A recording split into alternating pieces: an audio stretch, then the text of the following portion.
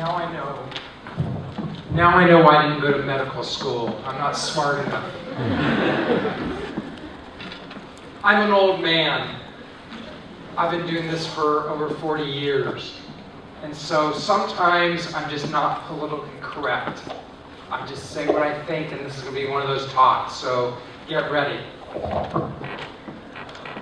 I'm going to talk about closing the gap. Closing the gap. And what do I mean by that? There's a gap, and I presented this in my morning talk. I want to go a little more into it this afternoon. There's a gap between typically developing children and our children. And our goal in treatment is to close that gap, or eliminate that gap if at all possible. That's what we attempt to do in therapy. Whether you've got a younger child or an adult, it's all about closing the gap. This is what we see evident from research. When children are receiving alternative treatments, the gap does not close. It looks like it does early on, and there's a little progression, but at the end of the day, the gap is not closed. And we've got to close the gap.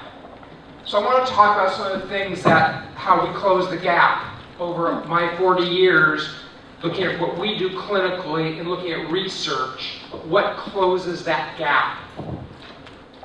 One is using evidence-based treatments. And I find evidence-based a funny term these days because I hear an awful lot of treatments that have absolutely no evidence behind them, but they're classified as evidence-based, even though there's no scientific evidence. And so I want to caution everyone, you have to be a careful consumer. You have to really look at those things that are evidence-based. And that's not just in psychology, by the way. That's not just in autism. That's in anything. Medical treatments, they need to be evidence-based. We've got to be careful what we do. Evidence-based, in autism, there's what we used to call the cure of the year. Every year there's a new cure in autism. And then it became so prevalent, it became the flavor of the month. And now we call it the panacea of the week. I can't keep up on the treatments out there that I hear all the time from parents and professionals. They're evidence-based. When, according to how I define evidence-based, they're not. And this is the criteria that I think is evidence-based, not me, journals. This is what they use as their criteria if something's evidence-based. Does it appear in a peer-reviewed journal? When you do experiments, you submit them to journals. And they should go to peer-reviewed journals, where professionals look at your research and they evaluate the effectiveness of the research. And ideally, it's a blind peer-reviewed journal, meaning you don't know who's submitting it. You don't know where they're from. You're blind to who they are.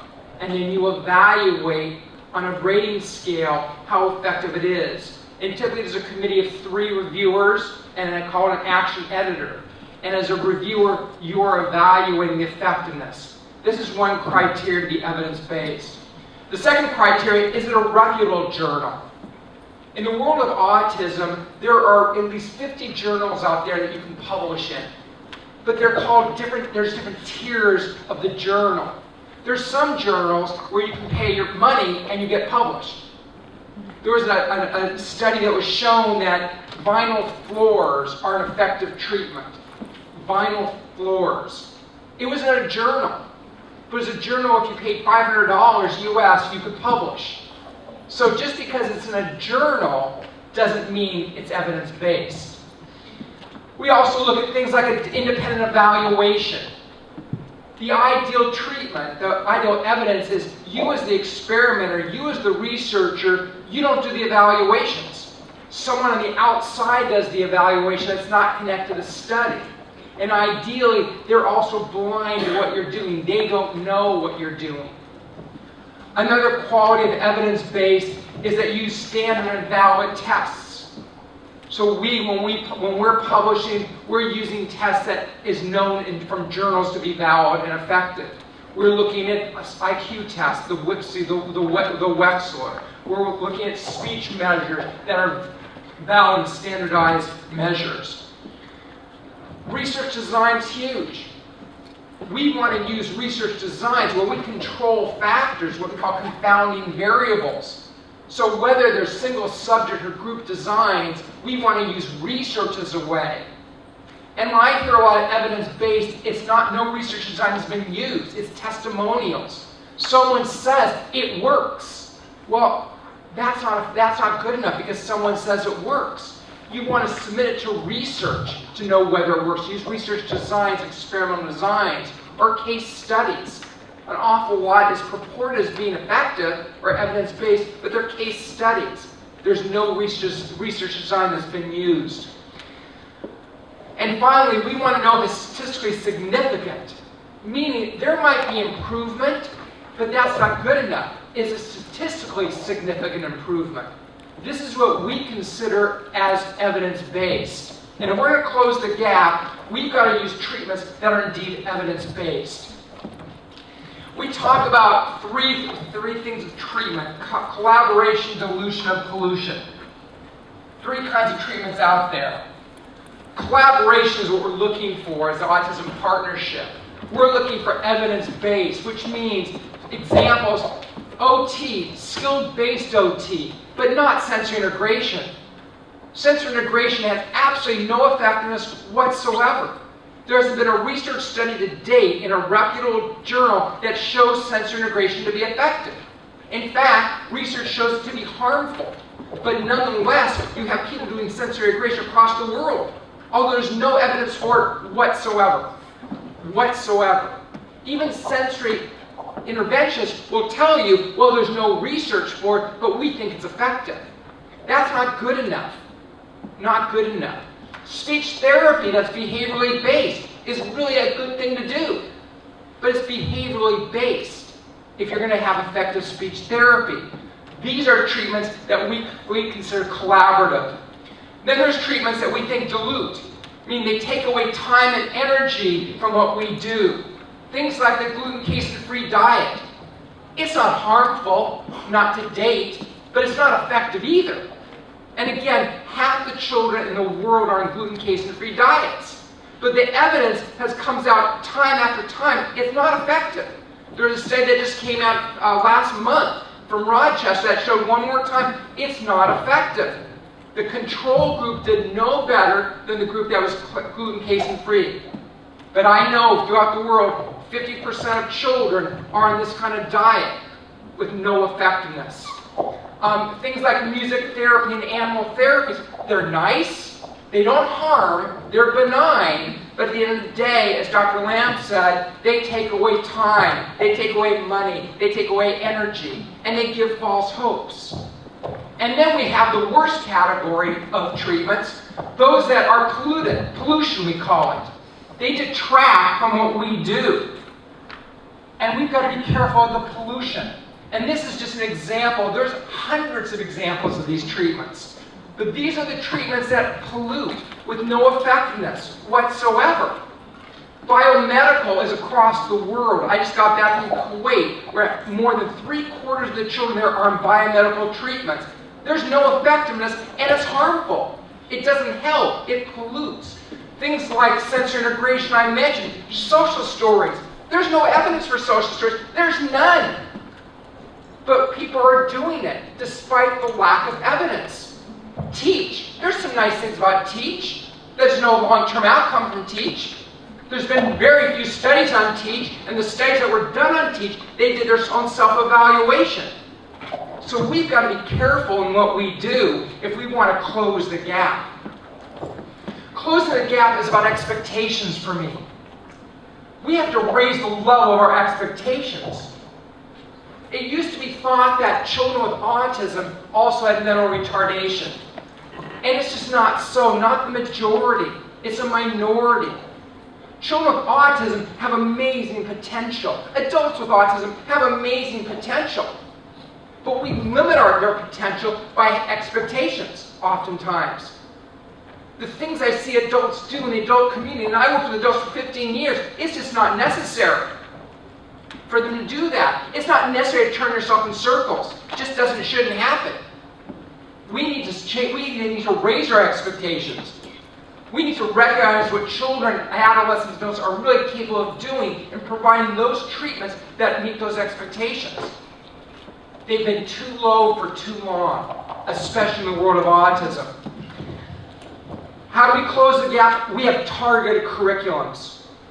When we do quality ABA, we're not trying to treat everything at once. We have to be patient with the process. And that's hard. That's hard for parents especially who are desperate. That's hard for professionals too, to be patient with the process. But we've got to be targeted. People ask, how is it that you get 70% of your children become indistinguishable? How is that possible to have that kind of success? And one reason I think we have that success is we're incredibly targeted in what we do. The target starts when we first see a child. We've got to eliminate interfering behaviors before we move on and be patient with that. Whether it takes me 1 day, 1 year, 10 years, I'm going to eliminate disruptive behaviors. I can't teach children if they're acting out. I can't teach children if they're crying, tantruming, not listening, inattentive, whether it's active behavior problems or passive behavior problems. We need to eliminate disruptive behaviors. I look at it, I ask the question, can you teach someone when they're drunk? When someone's drunk, are you a good teacher to that person? And obviously the answer is no. If someone's drunk, you can't teach them. Well, our children are drunk too. Our children are drunk on inattention. Our children are drunk on aggression. Our children are drunk on tantruming. And we need to detoxify if we're going to teach. We're just working with a little boy, and we start working with him. And he was drunk. He was inattentive. He was crying. He was tantruming. We had to start detoxifying. We've got to be targeted and be patient and recognize it takes time to take care of interfering behaviors. We have to teach what we call learning how to learn skills. Which is what we mean by that is we need to teach children how to learn. There's so many skills on how to learn, how to pay attention, how to be able to wait, how to process information, how to sit, how not to grab. All these things we take for granted that we can't. We've got to teach our children those skill sets. And then once we get through these two targets, then we move to the development of communication, play, social, academics. But it takes time.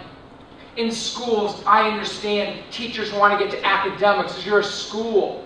But if your students can't pay attention, you can't get to the academics. I understand why parents want their children to communicate and speak. But if they're not paying attention, you can't teach them that. So the reason, I think one reason we're successful is that we're very targeted in what we do. How do we close the gap? Well, some of it has to do with intensity. We know from research that children with autism require between 30 and 40 hours on average weekly to close the gap. We knew from our study back in the 70s that if you provided 10 hours of treatment, it just wasn't effective. 10 was no more effective than 0. So we need to provide intensive treatment if we want to indeed close the gap. And by the way, closing the gap is really hard. There's nothing easy about it. It takes time. It takes expertise. It takes highly trained staff. Not everyone can do this. And it takes a while to train staff to be really good at this. I'm going to show you a series. I was showing from the time we did an assessment of him, our baseline, through 2.5 years of treatment. And I think we were able to close the gap because of this. The story of this little boy that you're going to see, he was 19 months old when we first saw him. He came with a whole array of diagnoses. They suspected autism was a secondary diagnosis, that mental retardation was the primary diagnosis. And I hear that a lot. And I hear he was low functioning. I don't even know what that means anymore. Because I don't know how you determine functioning level until you start addressing the behavior problems.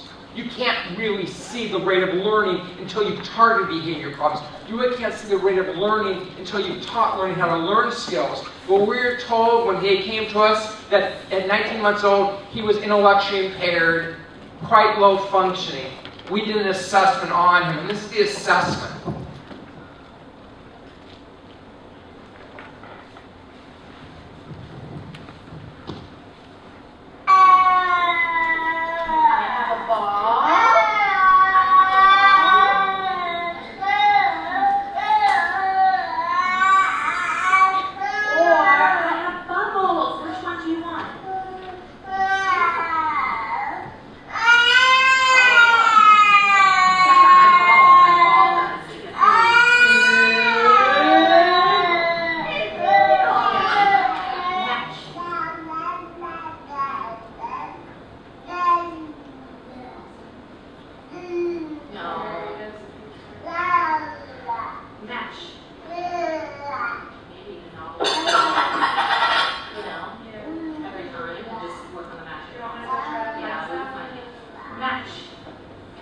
think that's going to be too hard. No. Yeah, that's what you do too.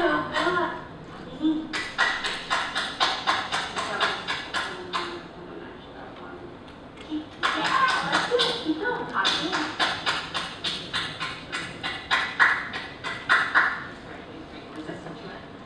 He's not like resisting you, but I have his hands all the way up and he's not. That's the assessment period. So is he intellectually impaired? Don't know. Is he high functioning, low functioning? Don't know. I know he has no language. I know he has no understanding of language. I know he tantrums a lot. I know he's inattentive. I know all that. But I don't know his prognosis. I don't know what he's capable of doing. Because we've got to do treatment to determine that. So we targeted that behavior and it was learning how to learn skills.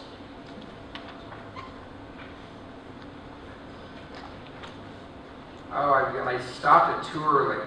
So I've got to do something different. I'm sorry, because I don't have the time. So let me quickly go to here.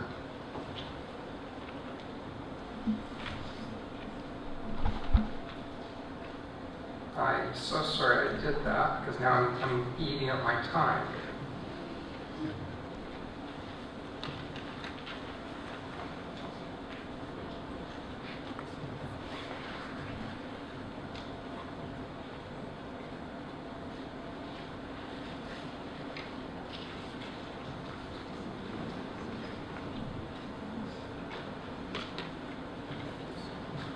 Okay, I think I'm going to have to take you to 6 months because I won't find it in time. So back to the PowerPoint and on to 6 months. So that's what we saw after the baseline. This is how he looks 6 months later.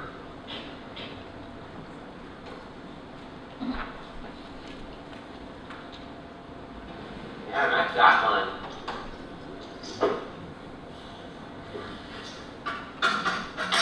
Good.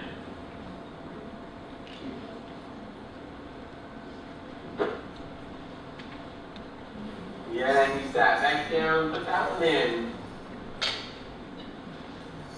Not a lot yet, but he's calm. Good. He's listening. He's following instructions.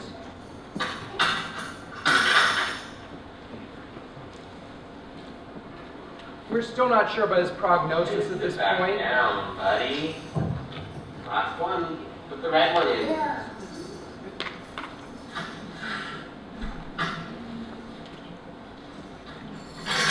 Good. Amazing, smarty pants.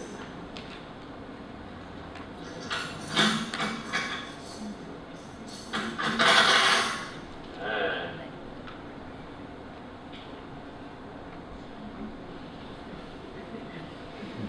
Good job. You sat back down. Check it out. You're all done. Nice going. There you go. Where's the lion? Nice. Find the elephant. Good job. Where's the giraffe? Nice. Where's the panda?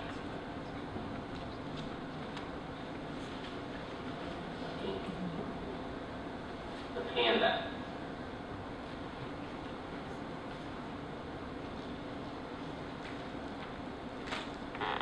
Let me help you.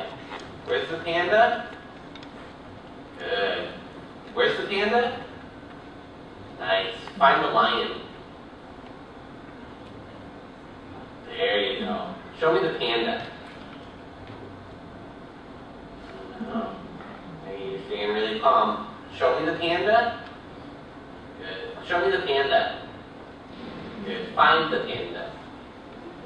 Good. Where's the panda? Nice. Point to the zebra. Good. Where's the panda? Smart man, he's remembering. Oh, Mr. Sun. Sun. Mr. Golden Sun. Please shine down on me. And there's a good sign. That's our first good sign. Why? Because he's socially connected. He moves forward for social contact. So at this point we're thinking prognosis may be okay. At this time he has still no vocal language. He's got some receptive understanding language, and we use animals because he loves animals. He's just enamored with animals. That's why we're going to animals, just to motivate his learning and language. This is him after a year. Nothing miraculous. Oh, goody.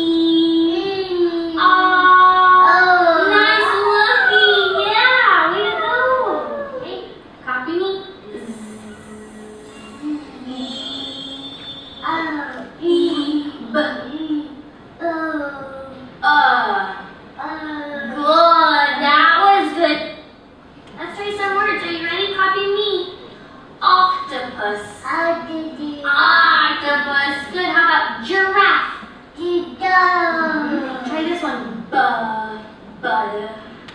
Banana. Yeah. Banana. Most speech pathologists would be really upset with the words we've chosen. Giraffe, octopus, really? Not really a good word for young children, except for he cares about those. And so from our standpoint, we're going to teach those things that he cares about, that he's motivated to say, even though they're not developmentally appropriate. Elephant, you're right. Baba, good talking. Giraffe. Juice, nice telling me, miss. Year and a half. Tell me about it.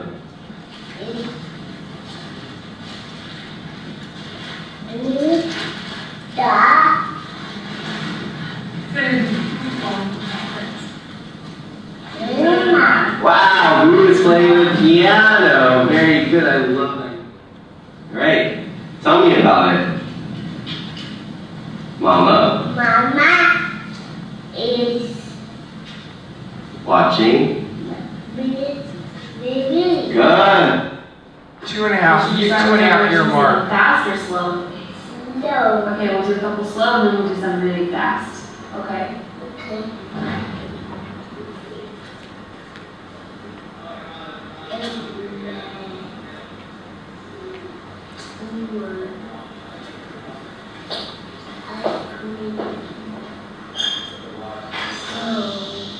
Okay, now let's go fast.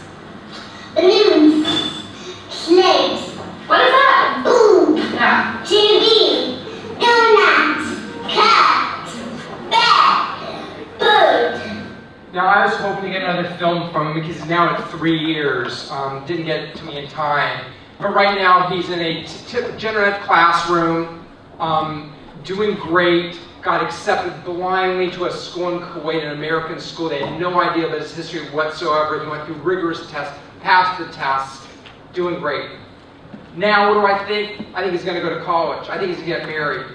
I wouldn't have known that before, but he's absolutely on track for that. Had an IQ measure recently, was in the normal range, a little, I think his IQ tested 110. And he's going to go up from there too. So I imagine he'll be about the 120 range when he's done. He's done really well, never knew, and we closed the gap. We closed the gap also because of the ABA we do, and as I said this morning, there's different kinds of ABA. Most ABA is really horrible, unfortunately. And so just because someone does ABA doesn't mean it's good ABA. There's all kinds of ABA because it's not all alike. It's quite different. I want to finish. I'm going to take you through a Zoom slides I'm not going to be able to show. But I want to end up with a video. Again, showing maybe a different brand of ABA, because we work in groups. We just don't do one-on-one, although we have to use it as a means to an end. We want to get to group work as quickly as we can. We want to work on social. This is a social group you're going to see. You're going to see the first second the group started, the second one. Cameras are there. This is a documentary. They had cameras rolling when they walked in the door, and then you'll see 10 weeks later. It's Pollywogs! Come on in! Hi, Ellie! Come and play!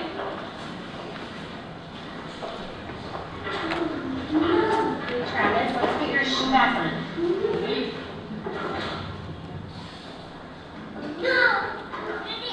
One of the problems in autism and Asperger's is that children are often isolated.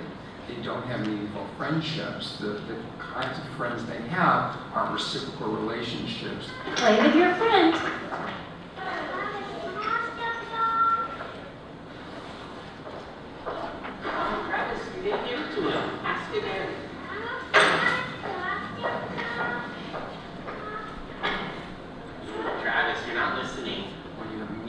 friendships, then you have a high quality of life. So ultimately our social groups are to develop the social skills that lead to meaningful friendships that result in a high quality of life. Everyone stand up. Good job, you did it. Nice job. Uh-oh. Travis, you didn't say Milo, you didn't say, you need to stand up. In the beginning, no one was really playing with each other. They didn't seem to even be aware that the other kids were around. They were just kind of in their own little world playing. Red carpet! No rock, you didn't do it. They go to the red carpet. It's typical for a 3 or 4-year-old to get upset, but the level of tantrum behaviors they were showing when they were asked to do something they didn't want to do was pretty much above normal expectations.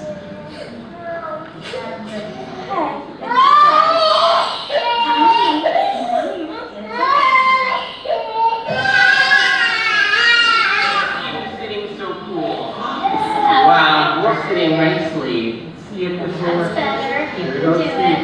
Everyone say cheese. The basic things we want to teach are the basic learning to learn skills, so being able to sit and wait with their hands back, controlling self-stimulation. When I say good morning to you, I want you to say good morning, Rachel. Good morning, Sabrina. Sabrina, you didn't say anything. Hi. Oh. No. Oh, I think I missed the hair. Katie, go back to your seat. I'll hold it, Milo. Thanks. And go away. Hair. We're gonna try to catch the kids being good, of course, with reinforcement. So we're picking out toys and things that we think the kids will like and that will be specifically reinforcing to them. And then whatever our target behavior is, so the sitting, the looking at the teacher, hands to yourself, we're going to catch them and be delivering reinforcement for those things. Good, I love that sitting, boys and girls. No. Are you okay? Okay.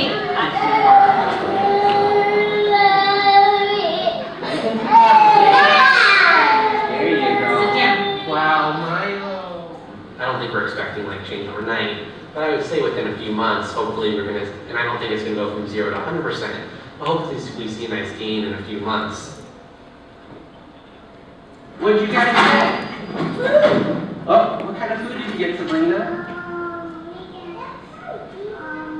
Oh, okay, 1 lemon. What else did you get? Yeah, what is it? Right, nice answer. Okay, that'll be $15. Thank you. Here's your change, Rock. I've seen huge improvements in the kids in the past 2 months. Check it out. Rock, you were talking to your friend. You get to move up. Oh, look, hold on. Rock, you get to move up. That's awesome. You were talking to your friend. Sabrina, were you talking to your friend? Sabrina, you're moving up to awesome too. High five. Nice talking to your friends. Okay, you guys can keep shopping. One of the main improvements is just that they are so happy to be here. There is very little crying now. They come in and they're happy and they're excited to see each other. Their affect has improved. You guys, it's time for fun games with everyone stand up, find your partner. Good. Got it. Back to back. Toes to toes. Wow, such good listeners. Take the notes.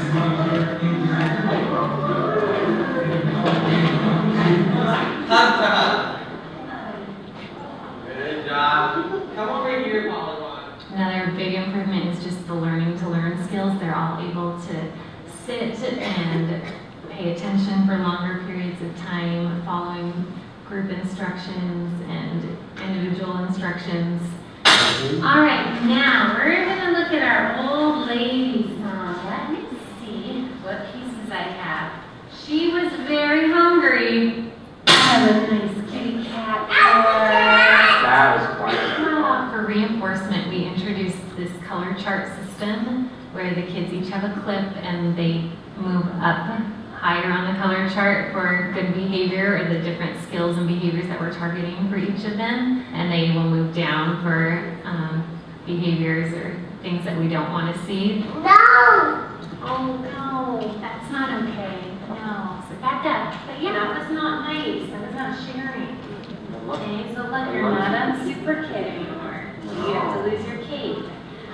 What's really nice is in the beginning we were having to use a tangible or a toy every time they answered a question, every time they met a goal or complied or responded. And now, using the color chart, we're able to reinforce less frequently. So they're really starting to work on those generalization of the skills and needing less frequent reinforcement. Yeah, check it out. Were you having fun with your friend? Oh. Kid, go get a key. Yeah. And Michael, were you having fun with your friend? Yeah. Super kid, go get a key.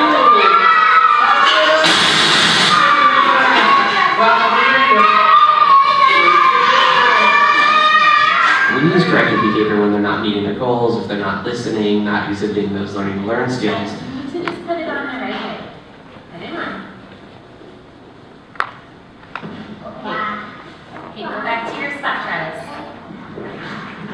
Who has the spider? Okay, so Travis, that's not it. You need to answer. So Travis, you're moving down. You're not on Super Kid anymore. Okay. You're okay. Research shows you learn as much from corrective feedback as you learn from positive feedback. You certainly want to have a balance, you want to have a blend, or you want to have quite a bit of positive feedback. But using corrective feedback is essential. You don't learn if you don't hear it. No, that's not the right way to do it. It's how you do it. You do it in a supportive way, you do it in a constructive way. You do it, but you're direct, and you help them understand what's right and what's not so good. And so we're an advocate, certainly, of using corrective feedback. As a teacher, I don't know how you teach without using corrective feedback. And Sabrina, you can line up. And Rob, go line up. Oh, that's not it, Rob. You're not on Super Kid anymore. Bummer. And Travis, you can line up too. There you go. The first day, it would have been absurd to even try to go outside and be out there because they would have been running all over the place. And today they're walking in line on the way to the park, they're playing games in the park. Even if some kid runs away, he's compliant enough that we say, come on back, and he comes back right away. Just being able to work in different settings is really important. I think so many times people think of ABA as so rigid that you sit at a table across from them. And here we're in a group that looks really typical and we're outside playing games. It's really nice to be able to do that.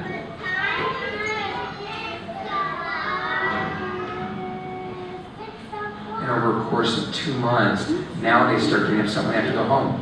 They look forward to when the other children come and they jump up and down. They're so excited because now they do have social interests. And now they see the importance of being around other children, the joy of that.